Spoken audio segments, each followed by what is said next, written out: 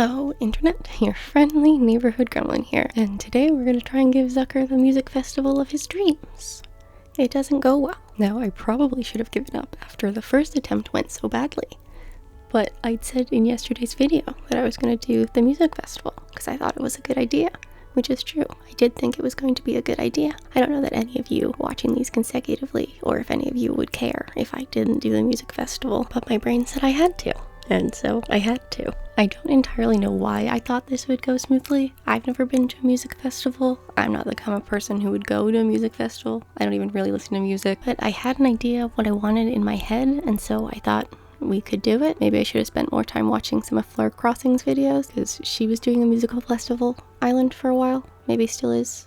I don't know. I watch remarkably less YouTube since I started making YouTube videos. Mostly I just watch stuff that I can kind of listen to and glance over at occasionally while I'm filming videos or playing on the Switch and doing other stuff. I don't spend a lot of time watching the kinds of videos where you have to look at them, which kind of sucks, but also I'm busy and spending way too much time playing games on my Switch. Because since starting YouTube, we've got Ooblets, which I play too much of, and now there's Streamlight Valley, which I'm also playing too much of. Most of my day is on the Switch, or editing and recording videos, which is something that takes longer now than it did when I started. Seems like the opposite of that should be happening. Maybe I just care more and so I'm spending more time doing it, or I don't know. I think kind of what I wanted was almost like a glamping kind of thing. I put the actual stage indoors because I couldn't get it to look right outside, and I'd so successfully built a stage for the Shino build you never got to see. I don't know, it's hard to explain sort of what's in my head because it's not visual, there are no pictures. Apparently it's called aphantasia and it's a thing. So I was hoping for kind of like a hippie, cute, glamping kind of thing. In the original build I had a bunch of food stalls and stuff, and they went about as well as you could expect. Well, I mean, I guess that's not true. Lots of people do food stalls and they look great. Apparently I'm not those people. Here I am trying to put rugs under the tents because it felt like they needed something and I didn't want them to be the exact same rug. So I make my own rug, which is one of those things that I sometimes try to do and usually hate and also still kind of hated, but didn't have another choice. Today was really not the day to need to refilm a video. Should have been like yesterday, where I was done by noon. Not today. I have to be somewhere at 2:20 and I still have to shower and things.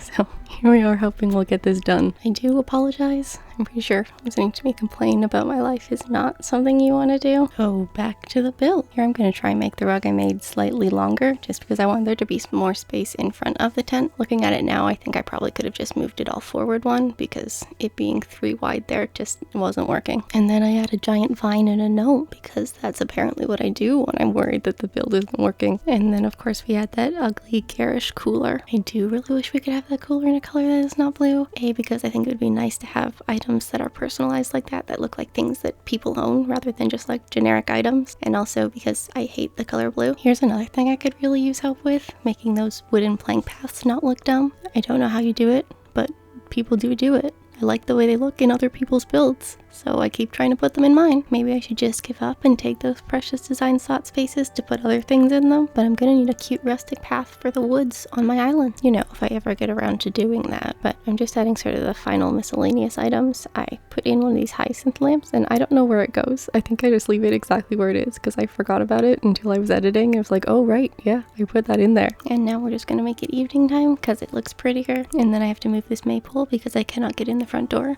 I feel like I should be able to because there's that whole path tile. It looks like you can walk on it. You can't, or at least I couldn't. And now we'll go inside, which is also bad. And I didn't have time to redo this one, so it's the way it is. I'm about to do something really questionable, and I'm not entirely sure what my thought process was, but I'm gonna put the swamp floor down because I kind of wanted to pretend like it was outside. But then I'm also going to put a bunch of concrete walls around it, so I don't know exactly what it is I was thinking. Maybe I should have used the tent walls and pretended it was like a tent or something. That could have been a good idea. Well, it's too late to go back and fix it now. Here we are going to make the room bigger so we can accommodate a stage. It's possible that part of the problem was that I was trying to make something that looked like that Shino stage, and I don't have images in my head, so I couldn't just reproduce exactly the same thing because I would have had to go back and look at it.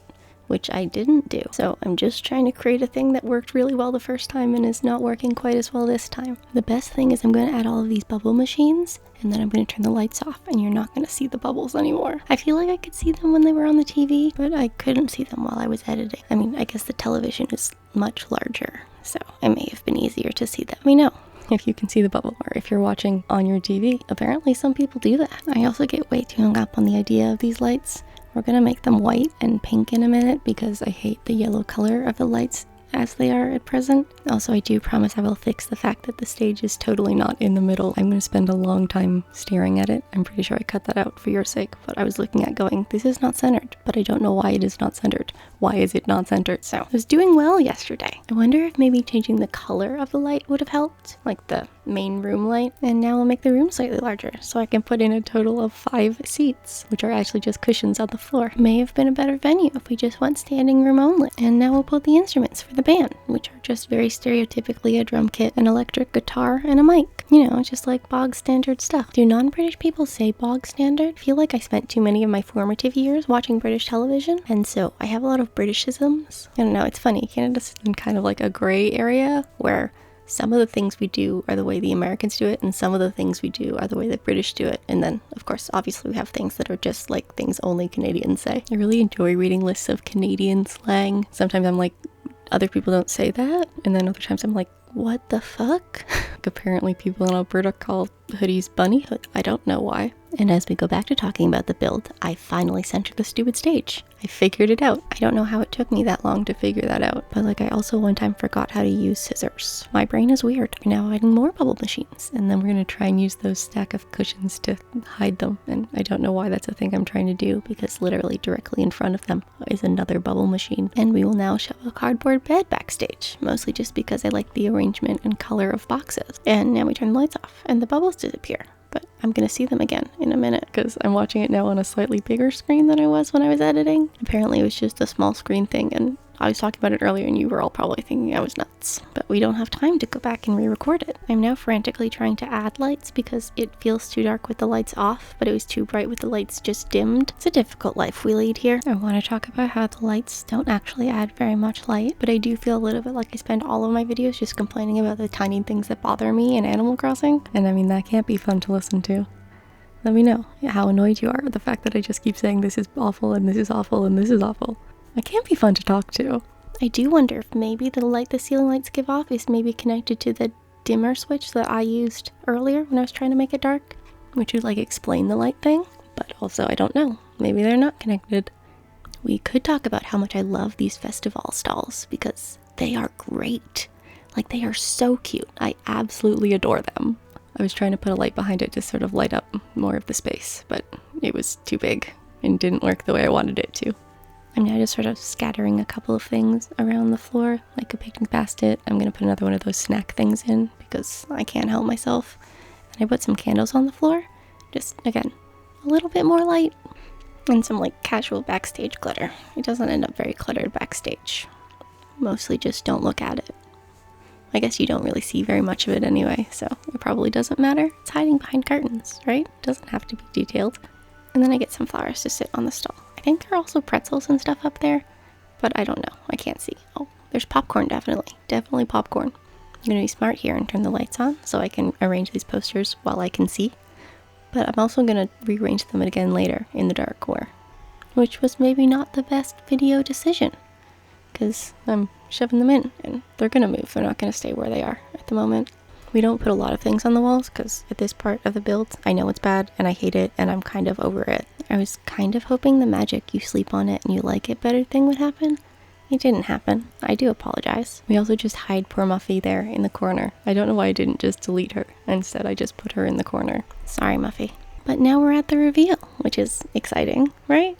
I don't know. He looks really cute with his little bunny ears and stuff on. And because we came back to correct our mistakes, he was already in the outfit for the reveal. Maybe let me know if I should do that all of the time, like dress them up before the reveal. It seems to make logical sense, but I really like to do these outfit shots, mostly because I have a lot of fun dressing myself up, and then I just want to share it with you. But if I do that, should I put the pictures of them before the reveal and put mine after the reveal? Because otherwise I'll have spoiled my outfit. Maybe they should both go before. I don't know. Let me know what you think. But I've rambled on for way too long, so like, comment, and subscribe, and I'll see y'all tomorrow. Goodbye!